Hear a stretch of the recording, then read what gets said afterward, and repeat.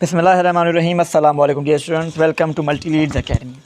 Dear students, आज जो हम चैप्टर स्टार्ट करने जा रहे हैं उसका नाम है homeostasis, chapter number 15, second year biology से टेक बुक बोर्ड जाम शुरू। तो डियर स्टूडेंट्स, इस लेक्चर में हम होम्योस्टेसिस को समझने की कोशिश करेंगे कि ये क्या है और ये क्यों ज़रूरी है। डियर स्टूडेंट्स, तो सबसे पहले मैं आपको बताऊं कि इस चैप्टर में हम कौन कौन सी चीज़ें कवर करने जा रहे हैं। इस चैप्टर में हम सबसे पहले तो होम्योस्टेसिस का इंट्रोडक्शन पढ़ेंगे, उसके बाद ऑस्मो रेगुलेशन, फिर excretion, urinary system movement, disorder of urinary tract and thermoregulation. इन सब चीज़ों को हम इस चैप्टर में पढ़ेंगे। तो आइए डियर स्टूडेंट्स, हम फर्स्ट पैरा से स्टार्ट करते हैं। ओके डियर स्टूडेंट्स, सबसे पहले होम्योस्टेसिस जो टर्म था वो दिया था वाल्टर बी कैनन ने। वेरी इंपॉर्टेंट, ये आपने याद रखना है नाम अच्छी तरीके से। उनकी जो तारीख़ पैदाइश थी वो सन 1871 में, 1871 में, और जो डेथ हुई थी वो 1945 को हुई थी। तो इसने क्या बताया कि होम्योस्टेसिस, इसके मुताबिक वाल्टर बी कैनन के मुताबिक होम्योस्टेसिस क्या है।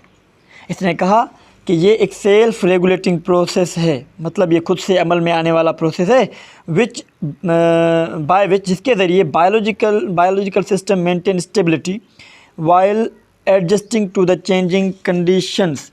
अब जो इसने बताया कि ये खुद साख्ता होने वाला एक ऐसा अमल है जिसके ज़रिए बायोलॉजिकल सिस्टम्स, अब बायोलॉजिकल सिस्टम से मुराद डियर स्टूडेंट्स हमारा इंटरनल एनवायरनमेंट है।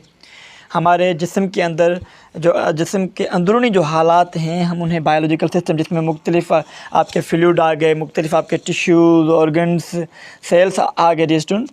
तो इसके ज़रिए से वो क्या करते हैं, इन सब जो भी ऑर्गन्स हैं इनके अंदर इस्तेहकाम जो है वो रखते हैं। तो homeostasis is essential for the continuity of your life. ज़िंदगी को बरकरार, ज़िंदगी का तसलसल बरकरार रखने के लिए ये बहुत ही ज़रूरी है। As it is responsible for the stability of body functions. ये क्योंकि होम्योस्टेसिस ही जिस्म के जितने भी फंक्शन हो रहे हैं उनमें स्टेबिलिटी का, इस्तेहकाम का ज़िम्मेदार है। ठीक है। अच्छा, अकॉर्डिंग टू द एनवायरनमेंट। अच्छा, अब देखें डियर स्टूडेंट्स, मैं आपको एक मिसाल देता हूँ कि गेट एग्जांपल, ये एक ऑर्गेनिज़म है।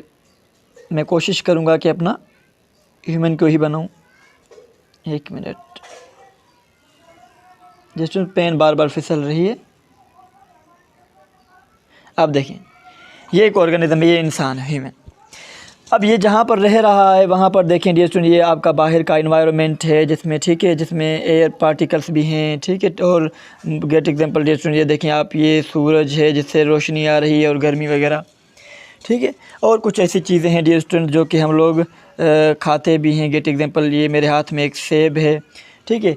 तो इनके अंदर कुछ यूज़फुल चीज़ें भी होती हैं और कुछ नाकारा चीज़ें भी होती हैं, कुछ भी हम खाते हैं। गेट एग्जांपल, तो होता क्या है कि अब देखें, एक तो हमारे जिस्म के बाहर का इन्वायरमेंट है और एक जिस्म के अंदर का इन्वायरमेंट है, ठीक है। अब आपको पता है कि बाहर का इन्वायरमेंट वो तो वेरिएबल है, वो तो चेंज होता रहता है, ठीक है। एक नहीं रहता, सुबह के टाइम टेम्परेचर और है, शाम के टाइम टेम्परेचर और है। लेकिन अगर हमें सरवाइव करना है, अगर हमें ज़िंदा रहना है, तो हमारे जिस्म का अंदर का जो भी कंडीशंस हैं, इंटरनल कंडीशंस हैं, उसमें चाहे आपकी टेम्परेचर आ गया, कोर टेम्परेचर जो कि 37 डिग्री सेंटीग्रेड है, चाहे आपकी पीएच लेवल आ गई, या जिस्म के अंदर मौजूद ग्लूकोज, अमाइनो एसिड, फैट्स आ गए, या फिर रेस्पिरेटरी गैसेस आ गई, मेटाबॉलिक वेस्ट आ गए, या फिर वाटर और इलेक्ट्रोलाइट्स आ गए डियर स्टूडेंट, हमारा ब्लड प्रेशर हो गया। इन सब चीज़ों को मेनटेन रखना है, तभी सर्वाइव कोई जानदार कर पाएगा, वो चाहे इंसान हो चाहे कोई और जानवर हो, ठीक है। तो वो क्या करेंगे, या कोई और गेट एग्जांपल कोई प्लांट्स हों, तो वो क्या करेंगे, अगर वो उनको सर्वाइव करना है तो वो अंदर अपने इंटरनल इन्वायरमेंट को मेंटेन रखेंगे डिस्पाइट ऑफ चेंजिंग इन्वायरमेंट। मतलब उसके बावजूद कि अगर आपका इन्वायरमेंट चेंज हो रहा है, लेकिन आपको अपने अंदर के इन्वायरमेंट को चेंज होने नहीं देना। तो डियर स्टूडेंट्स, इस टर्म को हम कहते हैं होम्योस्टेसिस। होम्योस्टेसिस का मतलब भी यही है। Homo mean same, stasis mean to stand still or to steady state, एक नॉर्मल हालत में किसी चीज़ का रहना, ठीक है। तो डियर स्टूडेंट्स, आज आ जाएँ तो हम आगे देखते हैं क्या क्या लिखा हुआ है यहाँ पर। Okay dear student, organisms live in terrestrial and aquatic environments. Dear students, पता है आपको अगर हैबिटाट के हवाले से मैं बताता चलूँ तो डियर स्टूडेंट, हैबिटाट दो किस्म की होती है, ठीक है। एक होती है टेरेस्ट्रियल जिसे मैं टी से ज़ाहिर करता हूँ, और एक होती है एक्वेटिक जिसे मैं ए से ज़ाहिर करता हूँ। क्योंकि देखें जानदार जितने भी हैं या तो पानी में रहते हैं या तो खुशकी पर रहते हैं। वो अलग बात है कि पानी में भी दो किस्म आ जाते हैं, फ्रेश वाटर, मेराइन वाटर, और टेरेस्ट्रियल में भी बहुत सारे फॉरेस्ट, टंड्रा, अल्पाइंस, ग्रासलैंड्स, डिज़र्ट्स, ये चीज़ें आ जाती हैं। तो डिस्टेंट देखें, अब ये इन्वायरमेंटल कंडीशन हैं, ये जानदार जो हैं वो दो किस्म की इन्वायरमेंट्स में रहते हैं, एक टेरेस्ट्रियल हो गए, दूसरे एक्वेटिक इन्वायरमेंट हो गए। दिस इन्वायरमेंट्स है वेरिएबल कंडीशंस। हाँ देखें, वही मैंने आपको बताया कि सुबह के टाइम टेम्परेचर और शाम के टाइम और, ठीक है, कहाँ पर पानी की किल्लत है, कहाँ पर पानी ज़्यादा है। तो ये चीज़ें देखिए वेरिएबल हैं। कंडीशंस क्या हैं, हालात वेरिएबल हैं, फ्रॉम मॉडरेट टू एक्सट्रीम। अब देखिए नॉर्मल से ये शिद्दत अख्तियार कर जाते हैं। Which influence upon the organisms, अब वो लाजमी है, अब जैसे इन्वायरमेंट में जानदार रहेगा, अगर उसमें तब्दीली आएगी तो जानदार पे असर तो होगा। Okay, and they tend to develop physical and physiological changes in their body accordingly. फिर क्या करते हैं वो जानदार माहौल के मुताबिक, मिसाल तो यहाँ सर्दी बढ़ जाए, अब जिससे में क्या होगा, शिवरिंग शुरू हो जाएगी, मुझे मतलब कपी शुरू हो जाएगी, ठीक है। उसके अलावा क्या होगा कि मतलब कि मेरी वेसो कॉन्ट्रैक्शन हो जाएगी, जो ब्लड वेसल्स हैं वो कॉन्ट्रैक्ट हो जाएंगी ताकि ब्लड जो है स्किन की तरफ ज़्यादा ना आए। मेरे हेयर जो हैं बाल जो हैं वो इरेक्शन उनमें हो जाएगी, ठीक है। तो ये क्या है होंगी आपकी जो है वो फिजियोलॉजिकल चेंजेस आ जाएंगे। लेकिन कुछ बिहेवियल चेंजेस भी हम अपने अंदर लाते हैं। ठीक, बिहेवियर से क्या मुराद है कि अगर मुझे ठंड लग रही है तो मैं सूरज के नीचे चला जाऊँगा, अगर मुझे सर्दी लग रही है तो मैंने जैकेट ओढ़ लिया। तो ये हो गई बिहेवियल चेंजेस, ये हम आगे चलकर पढ़ेंगे टेस्ट। ओके, तो क्या करेंगे, तब्दील होते हुए माहौल में जानदार क्या करेगा, अपने आप को एडजस्ट करेगा। ओके जी स्टूडेंट, आगे बढ़ते हैं।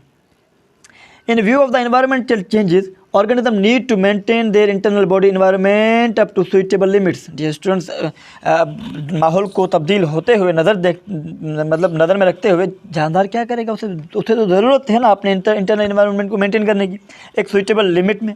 अब सुइटेबल लिमिट तो पता है आपको भाई, अगर टेम्परेचर की बात करें वो तो 37 डिग्री सेंटीग्रेड है, अगर फ़ारेनहाइट में बात करें 8.6 फ़ारेनहाइट है। पीएच की बात करें, नॉर्मल पीएच जो है वो 6 to 8 है, लेकिन आपको पता है कि स्टमक के अंदर वो 1.5 भी आ जाता है अपना पेप्सिन के।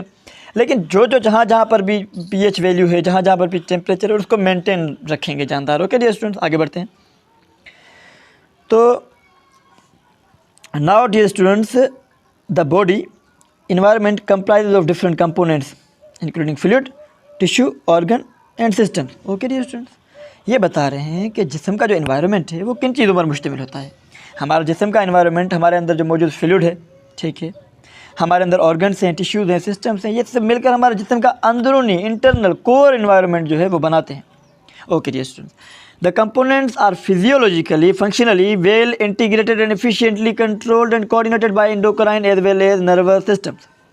अब डियर स्टूडेंट्स, ये जो कंपोनेंट्स हैं ये कंट्रोल होते हैं इंडोक्राइन सिस्टम्स यानी हार्मोनल सिस्टम के ज़रिए और नर्वस सिस्टम के ज़रिए अच्छी तरीके से, बेहतर तरीके से, मौसर तरीके से, वेल इंटीग्रेटेड, मौसर तरीके, एफिशिएंटली से मुराद बेहतरीन तरीके से, बेहतर तरीके से ये कंट्रोल करते हैं। कौन? इंडोक्राइन एंड नर्वस जो है सिस्टम, इनके ज़रिए कंट्रोल किए जाते हैं। आगे बढ़ते हैं डियर स्टूडेंट्स बगैर टाइम वेस्ट किए।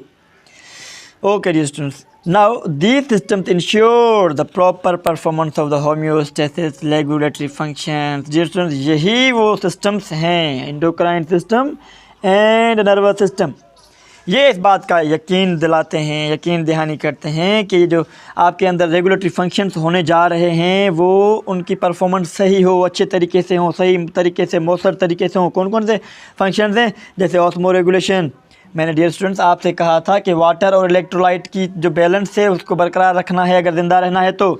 उसके अलावा एक्सक्रीशन, डियर स्टूडेंट्स वही मेटाबॉलिक वेस्ट जो होंगे, जो जिस्म के लिए जहर के नुमा हैं, उनको ज़ाया मतलब जिस्म से बाहर निकालना है, उसे हम एक्सक्रीशन आगे डिटेल में पढ़ेंगे डियर स्टूडेंट्स, परेशान होने की कोई ज़रूरत नहीं। आगे चलते हैं। थर्मो रेगुलेशन, वही डियर स्टूडेंट टेम्परेचर की maintenance, okay, in the body and adjust to maintain balance between the external environment and internal body environment. Dear students, तो फिर क्या करेंगे कि जो जानदार हैं इन जो फंक्शंस हैं इनके ज़रिए अपने आप को मेंटेन करेंगे जो भी बाहर का एनवायरनमेंट है उससे मुताबिकत रखते हुए।